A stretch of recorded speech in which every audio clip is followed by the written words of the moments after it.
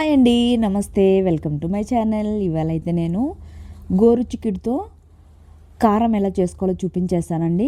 ఇదైతే డ్రైగా ఉంటుంది. చపాతీలోకి కానీ రైస్లోకి కానీ ఎందులోకి తిన్నా కూడా చాలా బాగుంటుంది.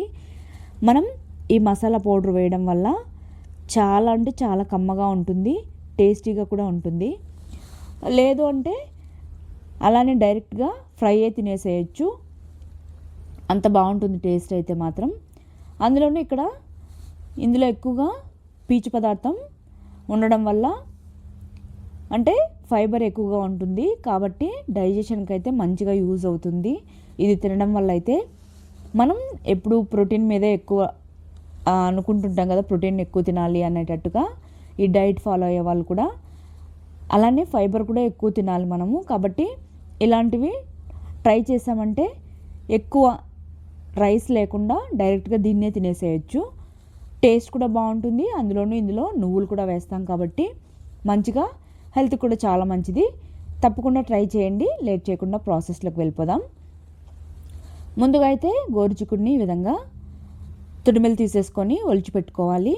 తర్వాత వాష్ చేసుకొని నేనైతే కుక్కర్లో పెట్టేసుకుంటున్నాను. మీరు డైరెక్ట్గా ఉడికించుకున్నా పర్లేదు. కుక్కర్లో అయితే లేతగా ఉన్నట్టయితే మీడియం ఫ్లేమ్లో ఒక్క విజిల్ రానిస్తే పర్ఫెక్ట్గా అయితే కుక్ అయిపోతాయి.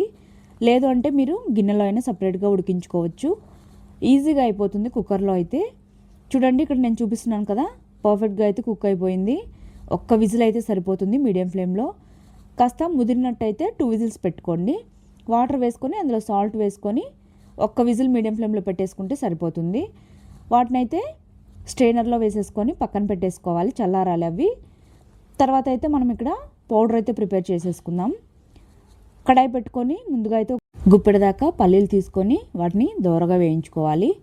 వేయించుకున్నాక తీసి పక్కన పెట్టేసుకోవాలి. ఇక్కడ వీటిని నేను చూపిస్తున్నట్టుగా సెపరేట్గా ఫ్రై చేసుకుంటేనే అన్నీ మంచిగా ఫ్రై అవుతుంది. లేదంటే కొద్దిగా ఫ్రై అయిపోతాయి, కొన్ని మాడిపోతాయి. కాబట్టి ఈ విధంగా ఫ్రై చేసుకోండి. తర్వాత 1 స్పూన్ ధనియాలు, 1 స్పూన్ జీలకర్రని కాస్త ఫ్రై అవ్వనివ్వాలి. అవి ఫ్రై అయ్యాక 2 స్పూన్ల దాకా నువ్వులు వేసుకొని చిటపట్లాడేంత వరకు ఫ్రై చేసేసుకొని తీసి చల్లార్చుకోవాలి. ఇక్కడ మనం ఉడికించుకున్న గోరుచిక్కుడు కూడా చల్లారిపోయింది. ఇందులోంచి వాటర్ అయితే మంచిగా ఈ విధంగా పిండేసుకోవాలి చేత్తో ఒత్తుకుంటూ. డైరెక్ట్ అలానే ఫ్రై చేసామంటే అందులో వాటర్ అంతా అలానే ఉండిపోయి టేస్ట్ అనేది బాగోదు, చప్పగా ఉంటుంది. అలానే కర్రీ కూడా ముద్దగా అయిపోతుంది. తర్వాత వాటిని పక్కన ఉంచుకొని స్టవ్ మీద కడాయి పెట్టుకొని ఆయిల్ వేసుకొని ఆవాలు, జీలకర్ర, కరివేపాకు వేసుకోవాలి. అవి కాస్త చిటపట్లాడాక ఆనియన్స్ ఈ విధంగా సన్నగా పొడవుగా కట్ చేసుకొని వేసుకోవాలి. వీటినైతే ఫ్రై చేసుకోవాలి. ఇదైతే మాత్రం కాస్త బ్రౌన్ కలర్ వచ్చేంత వరకు ఫ్రై చేసుకుంటే ఇందులో ఫ్రైలో తినేటప్పుడు మంచిగా టేస్టీగా ఉంటుంది, కమ్మగా అయితే. ఆనియన్ ఫ్రై అయ్యేలోపు మనం వేయించుకున్న పప్పులు కూడా చల్లారిపోయాయి. వీటినైతే మిక్సీలోకి వేసేసుకొని అందులోనే కొద్దిగా ఎండు కొబ్బరి అలానే సాల్ట్ వేసుకొని కచ్చపచ్చగా అయితే ముందుగా మిక్సీ పట్టేసుకోవాలి. మనం ఆల్రెడీ సాల్ట్ అనేది ఉడికించుకున్నప్పుడు వేసుకున్నాం కదా, అలానే ఈ పౌడర్లో వేసుకుంటున్నాము. ప్లస్ మనం ఆనియన్లో కూడా కొద్దిగా వేసుకుంటాం కాబట్టి అన్నింటికి కలిపి చూసుకొని వేసుకోండి. తర్వాత ఈ విధంగా మిక్సీ పట్టుకున్నాక చివరిగా కొద్దిగా వెల్లుల్లి వేసుకొని మళ్ళీ ఒకసారి పల్స్ ఇచ్చి మిక్సీ పట్టేసుకోవాలి. ఇక్కడ ఆనియన్ కూడా చూసారు కదా, మంచిగా ఫ్రై అయిపోయింది. ఇందులోకైతే కొద్దిగా సాల్టు, పసుపు, అలానే మీ స్పైస్కి తగ్గట్టయితే కారం వేసుకోండి. వేసుకున్న తర్వాత మంటను సిమ్లో ఉంచుకొని మంచిగా పచ్చివాసన పోయేంత వరకు ఫ్రై చేసుకోవాలి. అది కాస్త ఫ్రై అయ్యాక మనం స్క్వీజ్ చేసి పెట్టుకున్న గోరుచిక్కుడును కూడా వేసేసుకొని మంచిగా కారం అనేది ఈ గోరుచిక్కుడుకు పట్టేలాగా మంచిగా ఒక 2 నిమిషాల పాటు ఫ్రై చేసుకోవాలి.